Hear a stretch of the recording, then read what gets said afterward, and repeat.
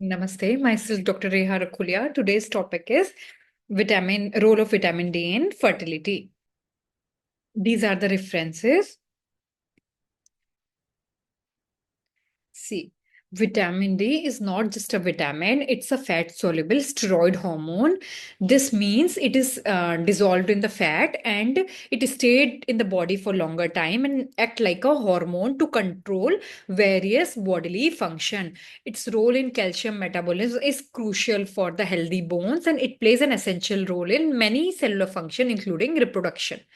Okay, and sources are vitamin D, mainly main source is sunlight, which provide vitamin D, and other sources are obtained from diet, example fatty fish and fortified food and supplements. It modulates. There are very several key processes through which vitamin D work. First is in fertility. For fertility, first is ovarian steroidogenesis. It helps produce hormone like estrogen and progesterone, which are critical for ovulation and pregnancy. Second is follicular development. It support growth of the healthy egg in the ovaries. Okay.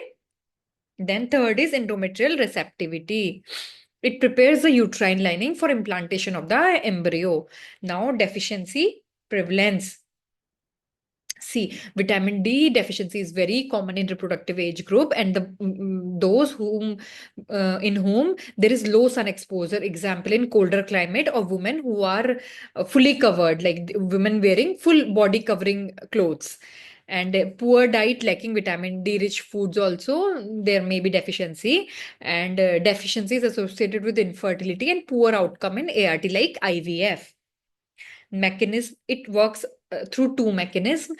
First is receptor, second is enzyme. Receptors are present in specific site in reproductive organ like ovary, uterus and placenta, and enzymes, protein, these are the protein that convert inactive vitamin D into active form so that it can perform its function.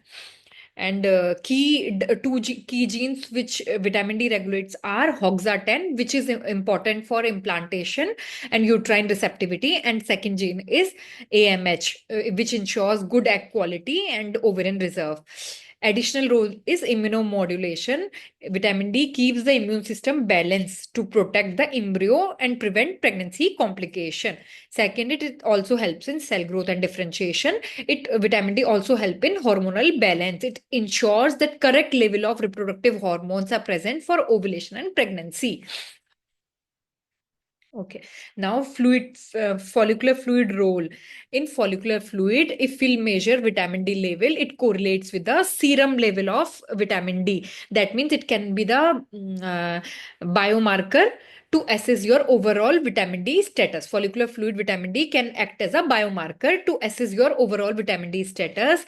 And in impact on pregnancy, several studies suggest that higher vitamin D level in follicular fluid improve pregnancy rate, but there are conflicting results. Some studies shows that there is no effect, and to confirm the role, we need more research.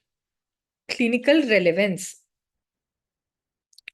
Clinical relevance, adequate vitamin D levels are linked to higher pregnancy and live birth rate in ART, and these reduces the risk of preeclampsia, means high blood pressure in pregnancy. Fetal growth retardation means poor baby growth during pregnancy, and it also reduces gestational diabetes.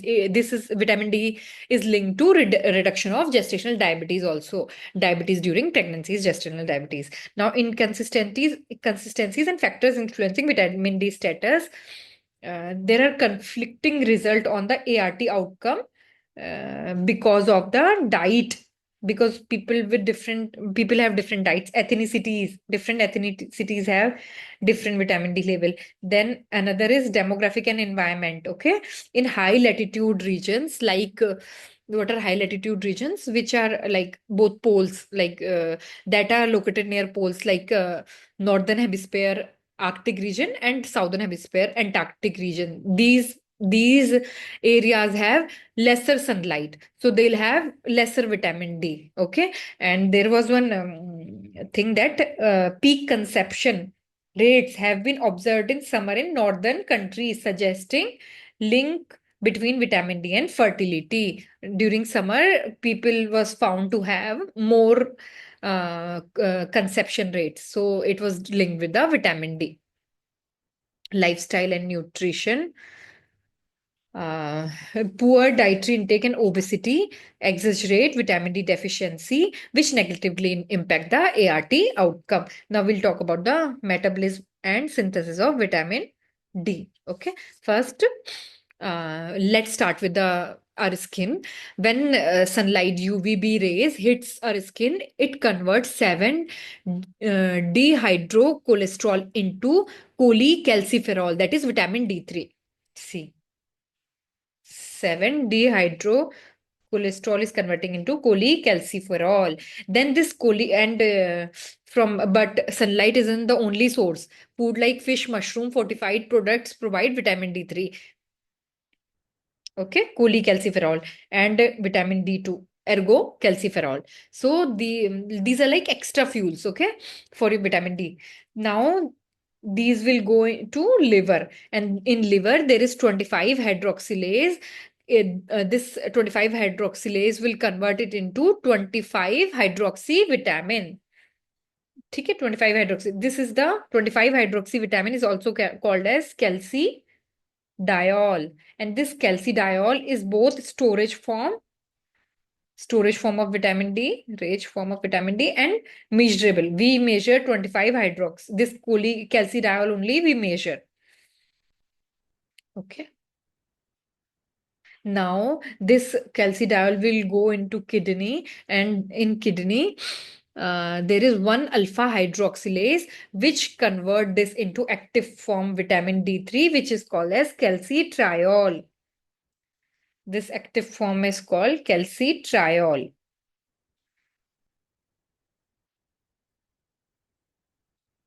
And there is one catabolic form.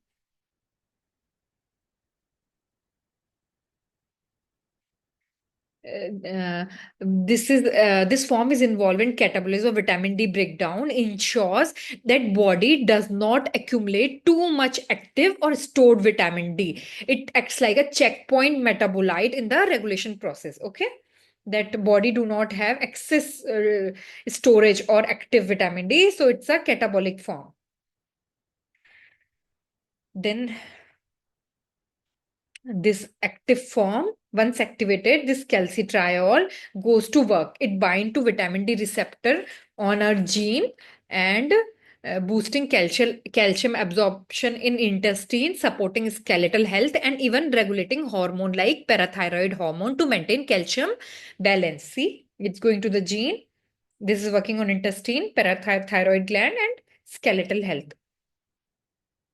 Now we'll talk about the bioavailability and vitamin D binding protein. The effectiveness of active vitamin D depends on a protein in your blood called vitamin D binding protein.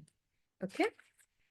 The concentration of vitamin D binding protein and its genetic variation differ across ethnicities, which is why some population may naturally have different vitamin D levels. Now, serum level ranges. This is an important one. Let's talk about numbers. If your blood level of calcidiol, that is 25 hydroxy vitamin D, are deficient, means it will be below 20 nanogram per ml. Adequate or sufficient means 30 to 50 nanogram per ml. More than 30 nanogram per ml is good. Okay, more than 30. Insufficient means 21 to 29.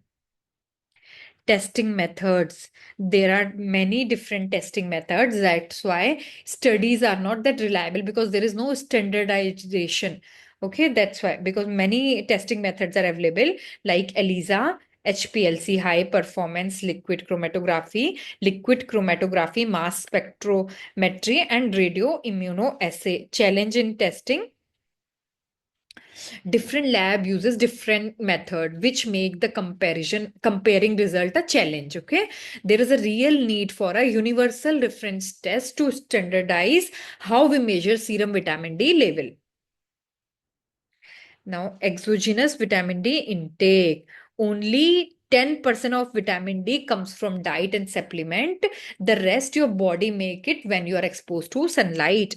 Natural sources, like natural sources of fish, salmon, mackerel, tuna, and sardines, egg yolk, fortified food like milk, cheese, cereal, mushroom, UV exposed mushroom, ghee and butter. Very small amount comes from ghee and butter also. Ghee is very much used in Indian cooking. Cod liver oil, it is a great source of vitamin D. It is sometimes consumed as a supplement in Indian household. Okay. These are the food sources of vitamin D3. Vitamin D supplementation help increase serum concentration.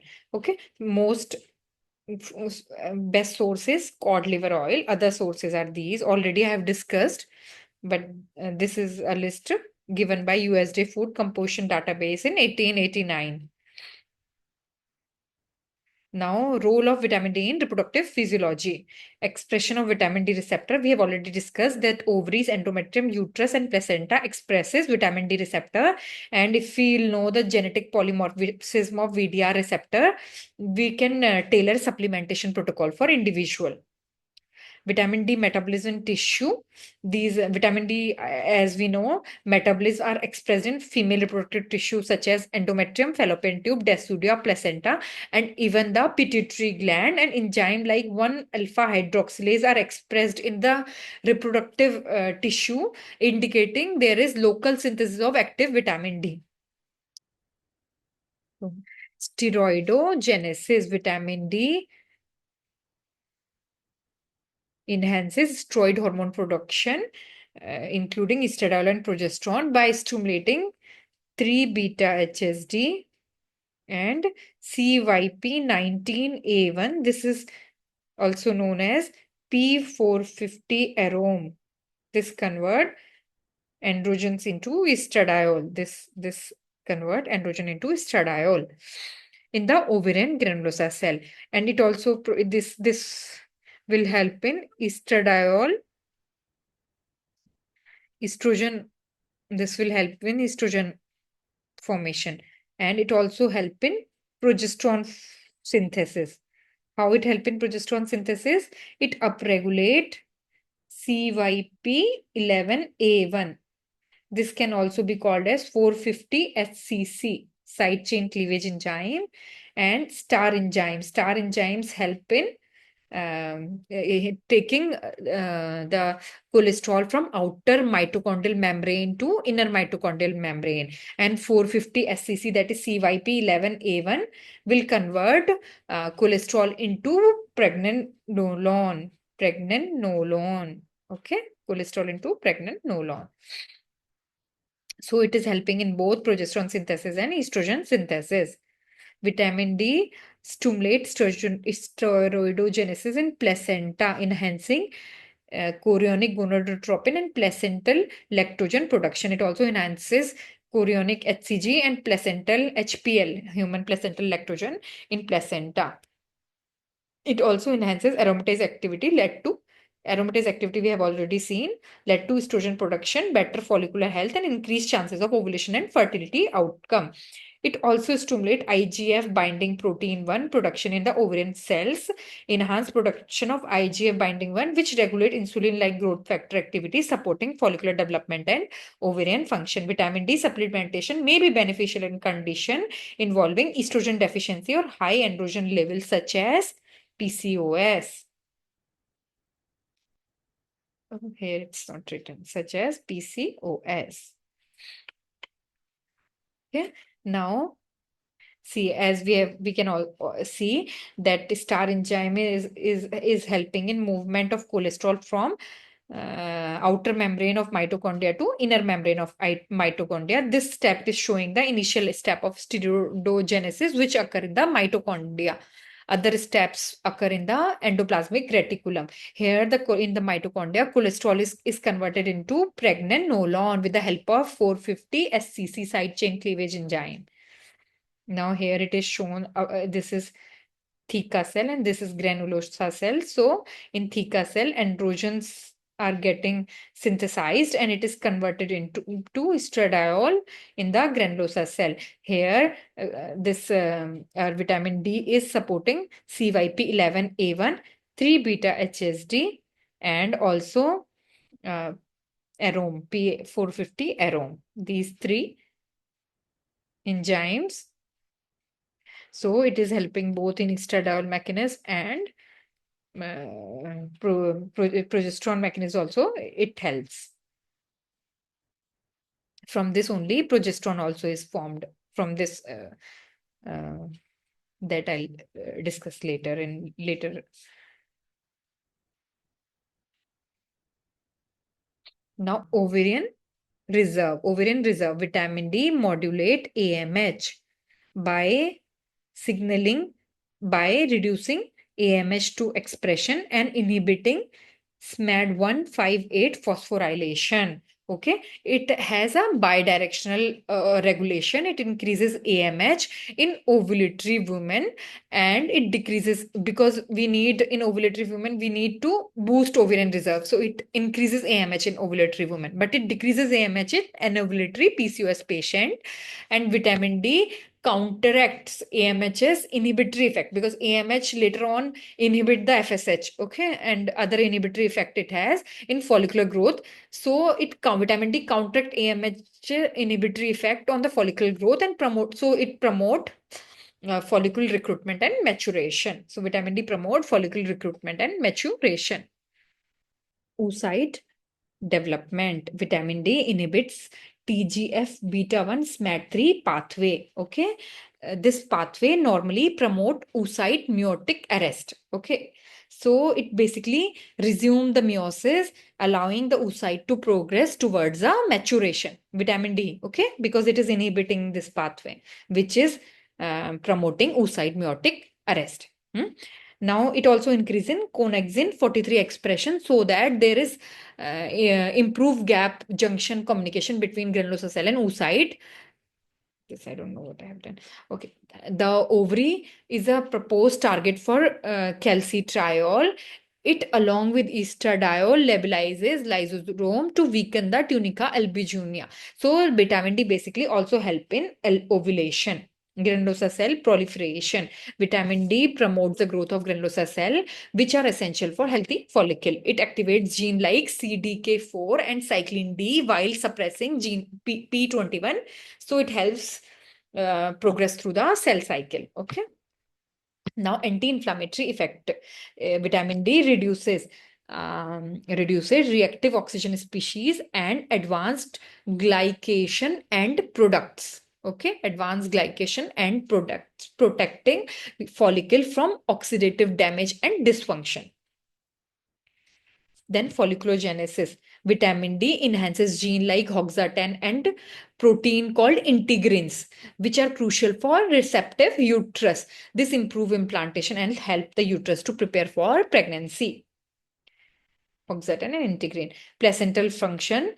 Vitamin D helps in calcium transport and hormone production in placenta. HPL and HCG, we know that vitamin D was helping in formation in placenta, supporting the baby growth and ensuring a successful pregnancy outcome. Immune modulation. Vitamin D helps regulate your immune system in the reproductive organ by regulating T cells and reducing inflammation. This makes regulate T cells implantation easier and reduces the chances of immune related issues. Ovulatory dysfunction. See, if you have PCOS, vitamin D can improve menstrual regularity, insulin sensitivity, and ovulation rate. It helps balance hormone and support a reproductive system.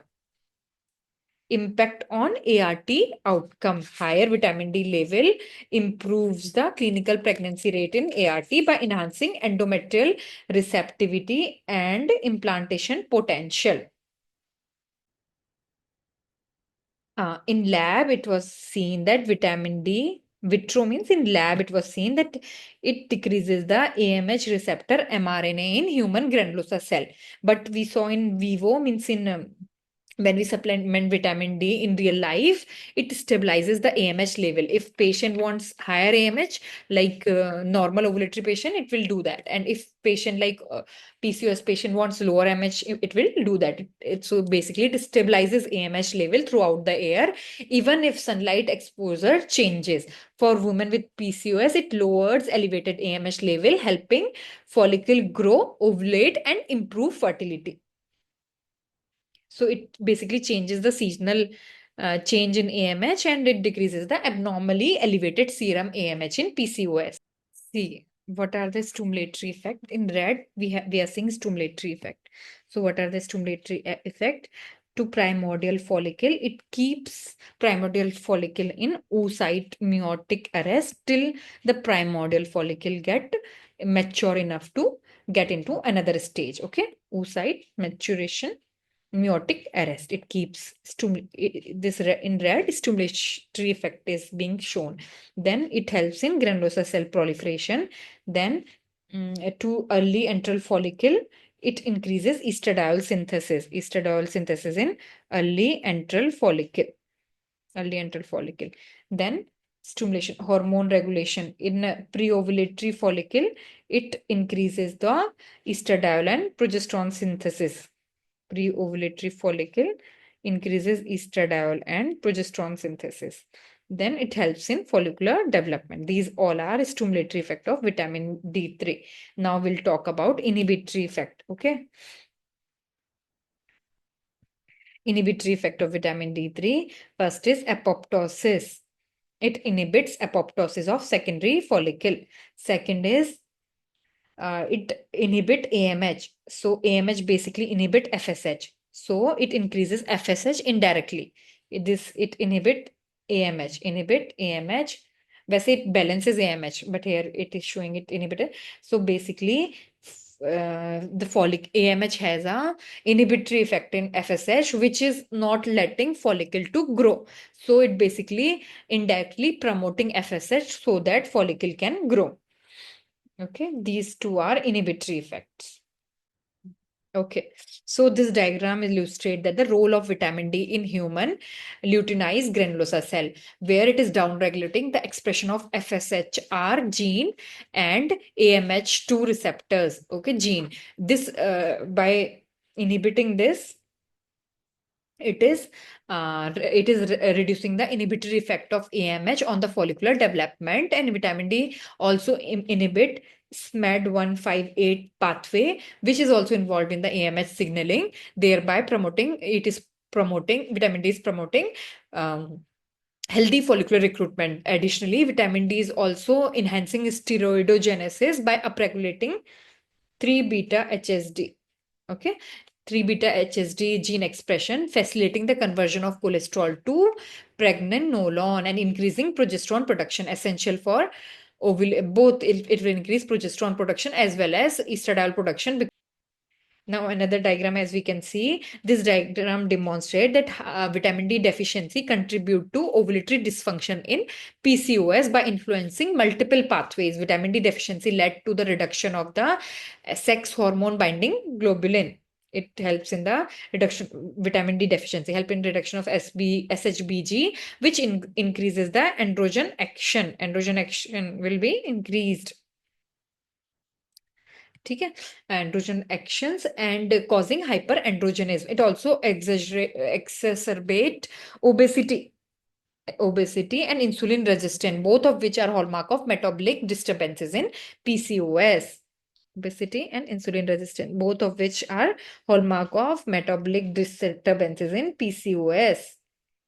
Additionally, vitamin D deficiency promote inflammation and metabolic syndrome, all of which collectively disrupt the normal ovulatory process and contribute to the infertility and to the menstrual irregularities associated with PCOS. The role of vitamin D in follicular development. Red will show stimulatory effect and blue will show inhibitory effect. First, we'll talk about inhibitory effect. TGF beta 1 SMAD 2-3 pathway. Vitamin D inhibit this pathway.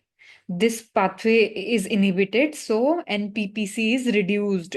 So this NPPC was making the follicle to remain in the meiotic arrest. So vitamin D is basically reducing this NPPC, so releasing the oocyte from the meiotic arrest for supporting meiosis resumption for ovulation. Vitamin D is supporting meiosis resumption for ovulation. In previously in the one diagram we saw that for primordial follicle it was stimulating oocyte meiotic arrest because primordial till the primordial follicle is mature, it will remain in the arrest, but for the pre-ovulatory follicle it will resume the meiosis for ovulation. So basically it will inhibit the TGF beta 1 SMAD 2-3 pathway. Another inhibitory thing what it is doing is it is inhibiting AMH modulation it is doing, and it is decreasing SMAD 158 phosphorylation, so down regulating AMH to mRNA. See, SMAD 158 phosphorylation it is inhibiting, so it is down regulating AMH to mRNA. So it is reducing, basically what it is doing by doing this, it is reducing the inhibitory effect of AMH on follicular recruitment and enabling the selection and maturation of dominant follicle. So we have talked about inhibitory effect. Now we'll talk about stimulatory effect. Stimulatory effect. First, granulosa cell proliferation. What it is doing is it is increasing CDK4 mRNA and cyclin D. CDK4 mRNA and cyclin D1 mRNA. CDK4 and cyclin D, and decreasing P21 mRNA. Decreasing P21 mRNA, so that granulosa cell remain in the cell cycle. So it is basically helping granulosa cell to proliferate. First stimulatory effect is this one. Second stimulatory effect is in steroidogenesis pathway. See, it is stimulating beta HSD and star enzyme, making progesterone. It is even inducing estradiol synthesis by giving stimulatory effect to CAMP. Another thing is, see, anti-inflammatory role. It increases antioxidants like superoxide dismutase and catalase. Okay, so reducing ROS generation and promote anti-inflammatory S-rage. It promote anti-inflammatory S-rage in the granulosa cell. So basically, it protects oocyte and granulosa cell from oxidative damage and support follicular health and viability.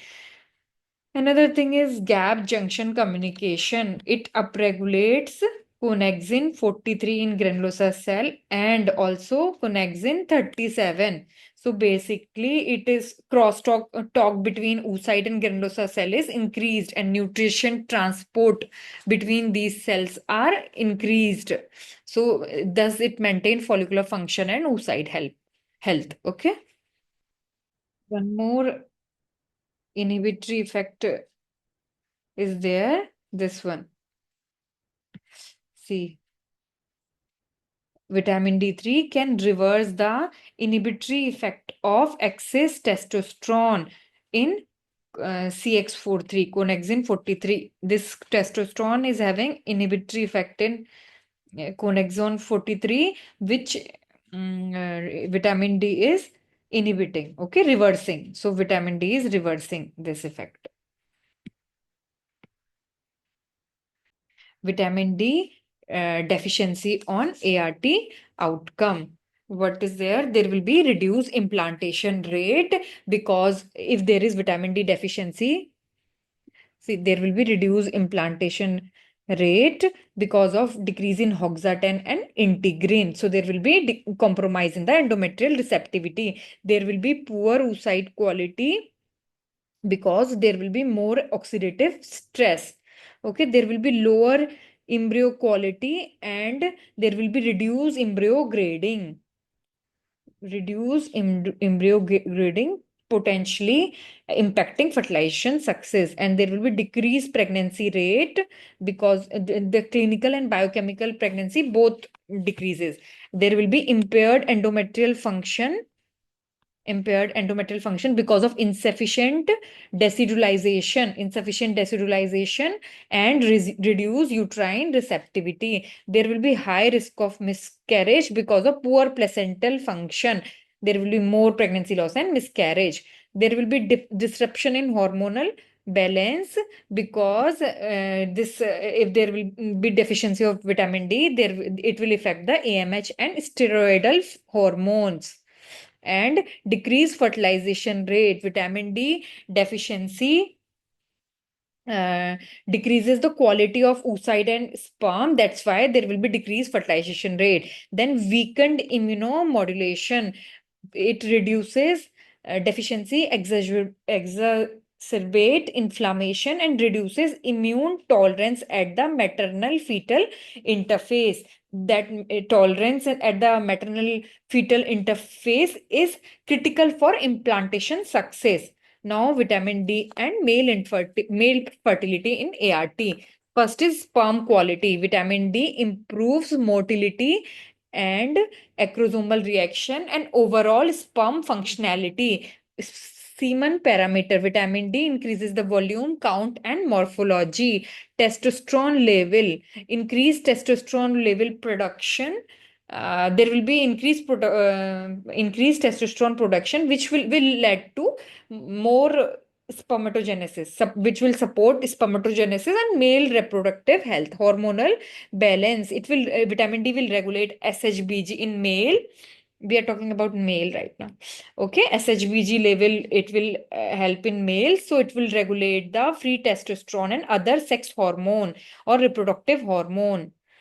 Oxidative stress reduction. Vitamin D will reduce oxidative stress in seminal fluid, protecting sperm DNA integrity.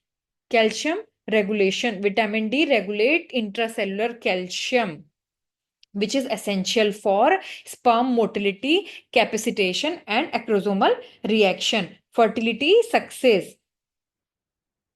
Vitamin D is linked to improved fertility rate in ART, particularly in ICSI procedure. Anti-inflammatory effect. Vitamin D improve overall, modulate inflammation of the male reproductive tract and improve overall sperm health and ART outcome. Clinical pregnancy outcome. It improves the clinical pregnancy rate and indirect role in implantation success. Then vitamin D on gynecological conditions. First is PCOS. In PCOS, there is low vitamin D. Okay, there is deficiency of vitamin D is common. And this deficiency of vitamin D is linked to obesity, insulin resistant, and elevated AMH. Vitamin D supplementation will improve the hormonal balance and ovarian function and menstrual cycle, while also increase the anti-inflammatory SRAGE level. Vitamin D also will increase the anti-inflammatory SRAGE level, which act like a shield against the harmful inflammation and support fertility, especially in the treatment like IVF. Okay. Vitamin D3 improve ovarian function by upregulating CYP19A1 gene. CYP19A1 gene was for arome, okay, aromatase, and protein expression in granulosa cell. Aromatase convert testosterone into the estrogen, balancing. So vitamin D help in balancing hormones. Vitamin D also reverses the testosterone negative effect on aromatase, ensuring better hormonal harmony and ovarian health. Now, what about menstrual cycle? See, vitamin D helps regulate menstrual cycle by promoting endometrial growth and follicular development. endometrial growth and follicular growth. Okay, it also reduces the painful period. It reduces the painful period, dysmenorrhea, by inhibiting prostaglandin synthesis, which decreases uterine contraction. Additionally, its receptor in uterus directly improve the uterine health and function. EDR receptor in the uterus highlight the direct involvement in the improving uterine function. Now, uterine leiomyoma, vitamin D helps reduce the risk and growth of uterine fibroid, which is linked to low vitamin D level and may decrease their size. Vitamin D decrease their size. This is supported by lab and animal studies. Okay, that vitamin D decrease their size. For endometriosis, vitamin D levels, higher vitamin D level reduces the risk of endometriosis by 24%.